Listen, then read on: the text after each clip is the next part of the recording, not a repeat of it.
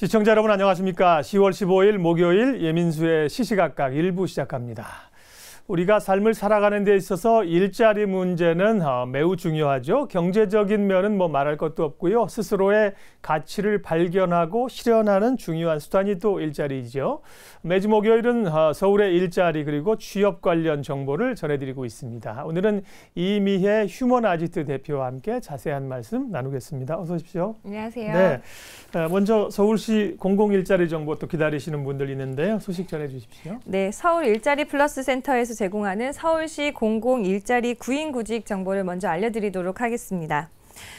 매우 반가운 채용 공고가 떴는데요. 서울 메트로에서 신입사원분들을 모집하고 합니다. 100명에 이르는 8명을 저희는 채용 중에 있습니다. 10월 16일부터 10월 26일까지 약 10일 동안 온라인을 통해서 접수를 받고 있으니 많은 분들이 관심을 가지고 지원해 주시면 좋을 것 같습니다. 두 번째는 시민소통기획관 여론 모니터 분석 요원을 모집하고 있습니다. 시민분들의 의견을 수렴하고 정책을 세워나가는 중요한 과정에서 역할을 해주실 분입니다. 10월 26일부터 28일간 다소 짧은 3일간 접수를 받는 기간이니 많은 분들께서 놓치지 마시고 서울시청 뉴미디어 담당관 방문을 하시거나 우편으로 접수를 하시기 바랍니다. 세 번째, 주택건축국 주택정책연구원분을 모집하고 있습니다. 서울시청에서 주택정책과에서 근무하시게 될 거고요. 이 또한 10월 16일 하루 동안 서류를 방문과 우편으로 접수를 받고 있습니다.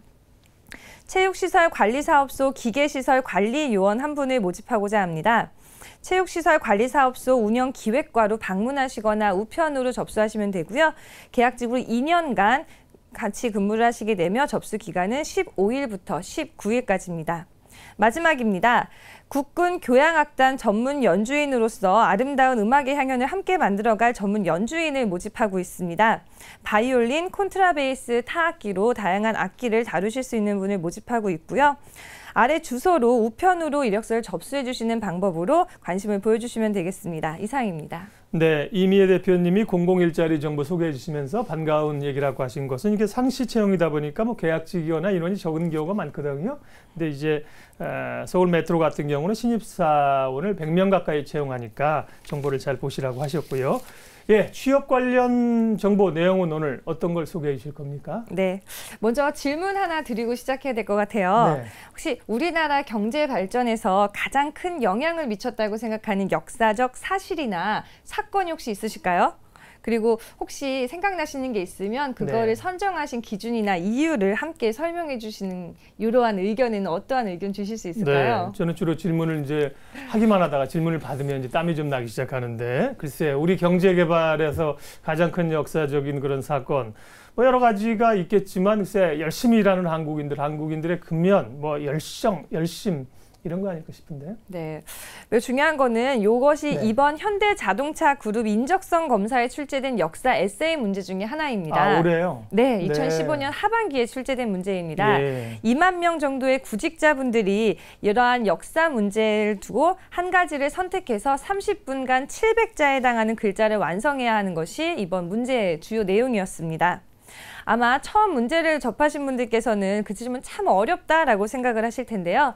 정확한 역사적 사실에 근거해서 자신의 의견을 논리적으로 설명해야 되는데 시간이 30분이라는 시간적 제약과 700자라는 글자의 제한까지 함께 있으니 더욱 긴장할 수밖에 없는 상황이었습니다. 네, 그렇군요. 그러니까 저한테 현대자동차 그룹의 이 입사 기출 문제를 내신 거군요. 네, 맞습니다. 그럴 줄 알았으면 그렇게 말씀하셨으면 제가 좀 더 신중하게 대답을 했을 텐데요. 예, 에세이로 이런 걸 쓰는데 그렇게 해요. 주제가 경제나 시사 이런 문제는 충분히 예측할 수 있는데 이런 역사적인 문제 사실을 기술하다 이런 것들을 기업들이 자주 문항을 내고 있습니까? 네, 물론 기업마다 기업별, 시기별 묻고 있는 질문들은 매우 상이합니다. 네. 그렇다면 이 현대그룹의 2015년도 상반기 역사 에세이 질문도 한번 살펴볼까 합니다. 네. 2015년 상반기에는 현대자동차 그룹의 기업 이념 5개의 가치 중에 2가지를 골라 역사적 사건과 연계해서 설명하라는 것이 첫 번째였고요.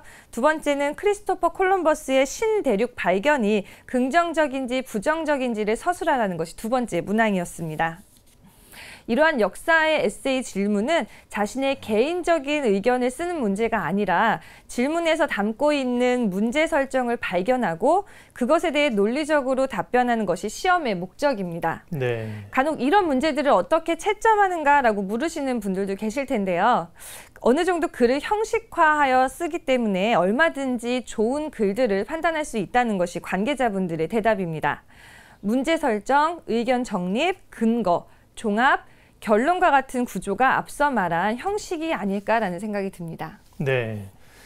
현대차 그러면 이제 지난 2015년 상반기니까 앞전에도 이런 문제들을 많이 내는군요. 네, 그렇습니다. 채용 담당하시는 분들이 뭐 역사학 전공하시는 분들이 많은가 이렇게 역사적 얘기를 많이 주제를 내시는데 다른 그룹도 그렇습니까? 최근 경향이에요, 이게? 예, 네. 사실 5년 전만 해도 역사와 취업은 굉장히 어울리지 않는 조합이었는데요. 네. 채용 과정에서 굳이 채용 과정에서 역사의 소양을 평가하는 항목을 찾아보기도 어려웠었고 굳이 찾아보자면 한국사 능력시험 자격사항을 입사 지원서에 쓰는 정도로만 그쳤습니다.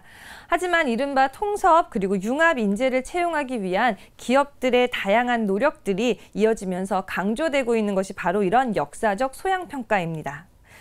포스코와 현대차 그룹이 인적성 검사에서 역사 에세이 평가를 진행하고 있고요. 예. 업계 최초로 한국사 시험을 도입했었던 GS는 역사관 평가를 전 계열사로 확대하여 진행하고 있습니다.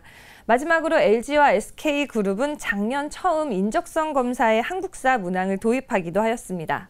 점차 대기업에서는 역사를 중요하게 생각하고 있고요. 이러한 흐름은 점차 중견기업, 중소기업까지 뻗어질 예정이라고 생각되고 있습니다.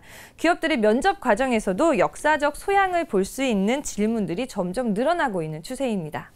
기업들은 이제 자신에게 필요한 인재를 고르기를 원하는데요. 이런 그 역사적 문제나 역사에 대한 인식을 통해서 과연 신입사원들에게 뭘 볼 수 있을까요? 이런 역사적 문제를 물어보는 이유는 어디 있다고 보세요? 네, 분명 기업들이 이공계 출신들에 대한 기업 선호도가 굉장히 높아지기는 하였는데 차가운 기술자들만 뽑기에는 시대가 원하는 따뜻한 감성을 채우기엔 조금 어려웠다는 공감대가 형성이 되었습니다.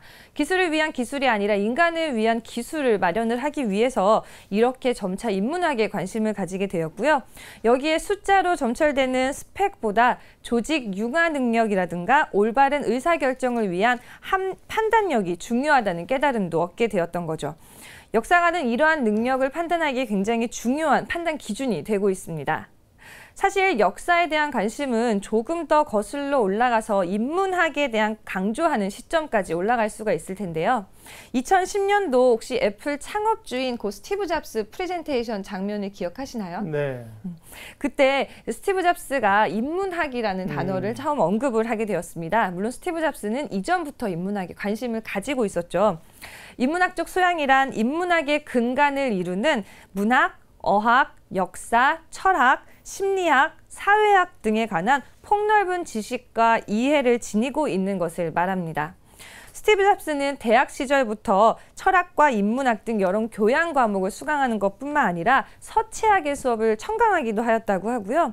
2005년 스탠퍼드 졸업식 연설에서는 그때 서체학을 첨강하지 않았더라면 맥 컴퓨터의 다양한 서체는 개발되지 못했을 것이다 라고 회고하기도 하였습니다. 또한 곧 페이스북의 창업자인 마크 주커버그는 고등학교 시절부터 수학 실력 못지않게 일리아드와 같은 그리스 고전에 심취하면서 지냈다라고 합니다. 그리고 하버드 대학에서는 컴퓨터공학과 함께 심리학을 복수 전공했다라고도 합니다. 네, 기업들이 역사적 문제를 묻는 역사적인 배경을 설명해 주셨네요, 대표님이. 그래요. 스티브 잡스는 말씀하신 대학 졸업식에서 Stay hungry, stay foolish 이 말을 해서 유명했는데 네. 인문학 얘기를 평상시에 많이 강조했군요. 그러면 기업들이 이렇게 역사 문제를 채용 과정에서 묻는 것들은 취준생들이 역사 공부를 해야 되는 이유는 스티브 잡스하고 주커버거 때문이네요. 네, 사실은 국내에 많은 열풍을 이끈 데에는 스티브 잡스가 가장 큰 공을 했다라고 이야기되고 있습니다. 처음 CEO들이 스티브 잡스 이야기를 접하고 나서 우리도 인문학에 대해서 관심을 갖자라고 해서 한창 조찬 모임에서 인문학 특강이 굉장히 유행처럼 번지게 됐고요. 이러한 흐름이 위에서부터 아래로 내려와 현재 신입사원 채용까지 영향을 미치게 되었습니다. 그리고 기업들의 생존의 기로에서 스티브 잡스가 강조한 인간의 본질과 그에 대한 이해, 사회에 대한 성찰, 즉 인문학적 소양을 사업을 풀어가는 과정에 한번 적극 활용해보고자 노력하게 된 것입니다. 인문학적 무릎에는 답이 없습니다. 그러한 질문을 생각하면서 얻게 되는 효용이나 효과가 훨씬 중요하다고 보는 것이겠죠. 앞서 현대자동차 그룹 역사 에세이 질문들을 한 번쯤 접하고 네. 한 번이라도 고민을 해보는 사람은 해당 질문과 관련된 문제에서 자신만의 판단력을 가지고 이를 추진하게 될 것이라는 기대감을 일으키게 됩니다. 네, 스티브 잡스의 그 두꺼운 자서전 제가 읽어봤는데요. 사실 잡스가 뭐 인문학을 통해서 인성이 풍부해지고 주변 사람을 배려하고 그런 인성은 아닙니다. 네, 네. 아닌데, 네. 하지만 이제 그 열정과 그런 배경을 통해서 뭐 세계적인 그 작품들을 만들어냈으니까요. 네. 세상을 변화시킨 인물이죠. 예, 그래요. 이렇게 기업들이 이러한 이유들로 인해서 인문학 또 역사적인 문제를 입사 시험에서 많이 내고 있다 이런 얘기고요. 그러면 이 인재를 뽑는 이런 과정 말고도 국내 기업들이 평상시 자기네 뭐 훈련 과정이나 이런 데서도 인문학 관련된 뭐 강의를 한다거나 이런 노력들을 하고 있습니까? 네, 삼성에서 굉장히 파격적으로 마련했던 그 시스템 자체가 SCSA라는 프로그램이 있습니다. 네. 200명의 인문계 전공자들을 선발하여 6개월간 약 960시간을 IT 교육을 받도록 지원하고요. 최종 삼성전자와 삼성 SDS에서 소프트웨어 전문가로서 성장할 수 있도록 돕는 채용 인재 교육 프로그램입니다.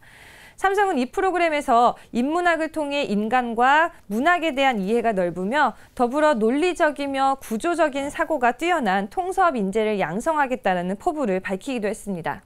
저도 SCSA 1기 교육 담당자로 참여했던 경험이 있는데요. 네. 그때 1기를 수료하시는 분들이 마지막 프로젝트 기간 중에 실제로 상품 특허 성과를 이루셨다는 이야기를 듣기도 하였습니다.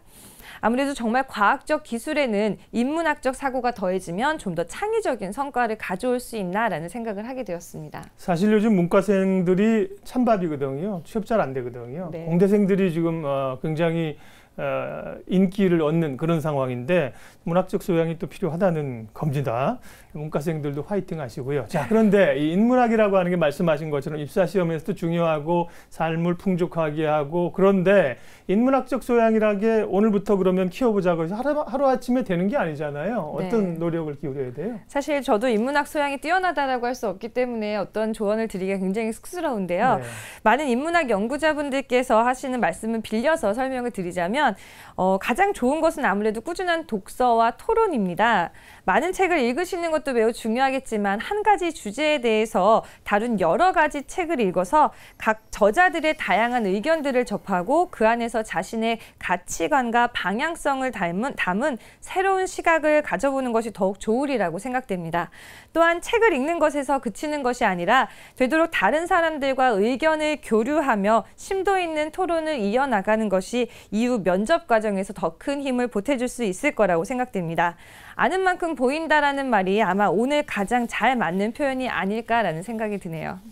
네, 취업 관련된 오늘 준비할 사항은 인문학을 사랑하라, 문사철을 사랑하라 이겁니다. 책 많이 읽으시라고요. 예, 오늘 휴먼 아지트 이미혜 대표 함께했습니다. 고맙습니다. 감사합니다.